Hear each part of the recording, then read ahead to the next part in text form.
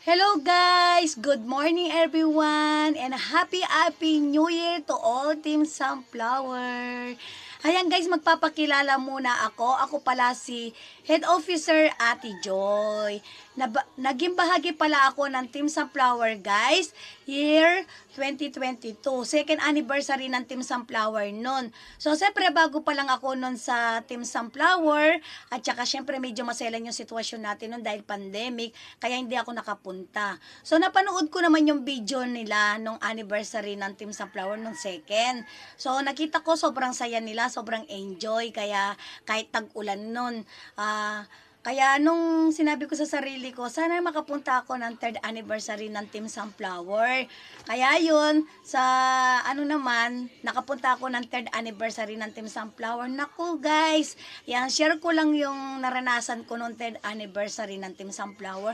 Sobrang enjoy ko guys, sobrang enjoy ko. Sobrang sulit ang pagpunta ko kahit na malayo ako, kahit tag-ulan nun. Sobrang sulit, hindi ako nagsisi, sobrang enjoy ako. Maraming pag-games, maraming kantahan, sayawan, kaya sulit na sulit yun. Ganon din ang naranasan kong 4th anniversary. Kung ano yung naranasan ko nung 3rd, ganon din.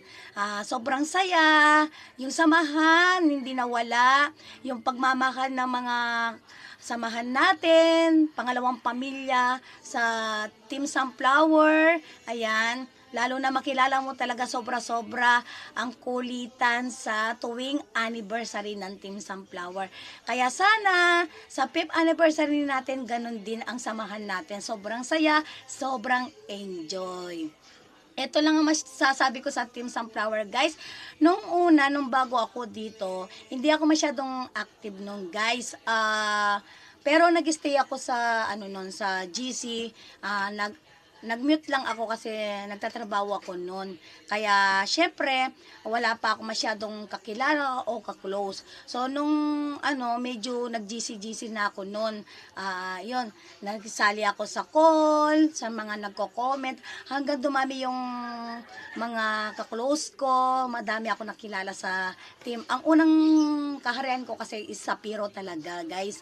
Kaya yun, hanggang tumagal-tagal ako dito, naging month-month ako, tapos hanggang naging mag 1 year na ako, yun, talagang na-appreciate ko yung samahan dito sa loob ng GC. Hanggang nakita nila yung potential ko, ginawa nila akong opisyalis noon.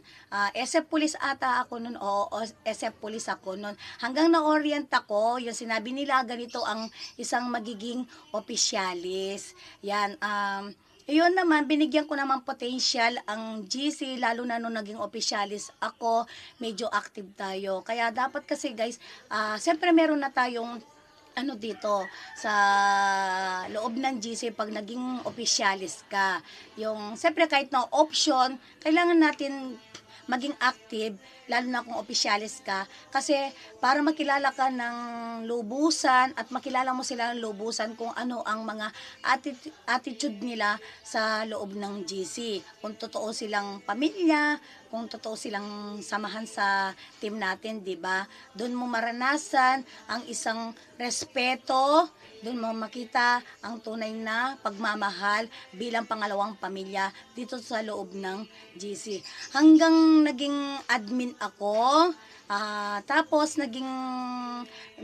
nagpalipat ako ng ibang kaharian, naging kaharian ako ng Hatoria, naging sa Danatarms ako doon, naging PRO ako, hanggang naging co-creatress ako, tapos bumalik ako ulit sa kaharian ko sa Sapiro, hanggang yun, pangalawang pag-awak ko sa Sapiro, hanggang naging head creatress ako. Tapos yun, hanggang naging, ito yung kinakatayuan ko, naging head officer ako. Ayan, maraming salamat sa bumubuo ng Team Sunflower, sa pag-appreciate nyo, sa pagkita nyo kung gaano ako nagbigay ng potential sa loob ng GC. Maraming salamat sa pagkakilala nyo sa akin, at sa pagmamahal nyo, sa pagbibigay nyong advice at paggabay nyo sa akin. Maraming salamat sa inyong lahat, lalo na sa napamahal na sa puso ko, napalapit na sa buhay ko, si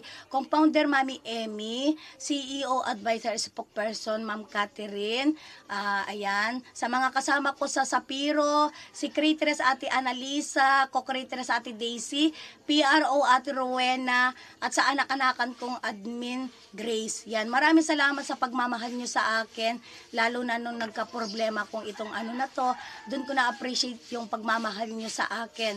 Nagginabayan nyo ako talaga na nagchat-chat kayo kahit hindi ako masyadong nakikita sa GC. Yun, lagi nyo nang sinasabi sa akin yun, kaya ko yan, kaya mo yan, head, ganito, ganyan, lahat ng problema ay malulutasan natin. Yan. Maraming salamat sa paggabay nyo sa akin at sa pagmamahal nyo sa akin.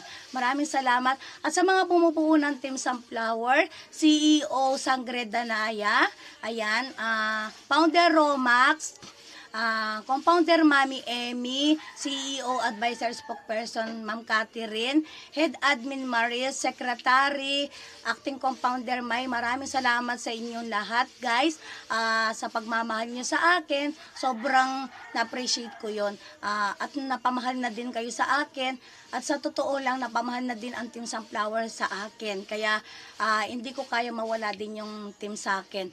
Yan guys, dumadami man tayo, kumukonti, tuloy pa rin ang pagmamahal natin dito sa loob ng Team Sunflower. Yan. Maraming salamat guys. At nagpapasalamat din ako bakit ako naging bahagi ng Team Sunflower dahil sa kanya.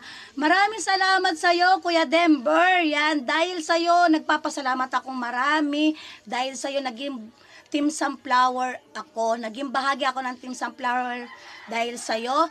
Kahit hindi tayo masyado nag-uusap, yan, nagpapasalamat pa rin ako sa'yo.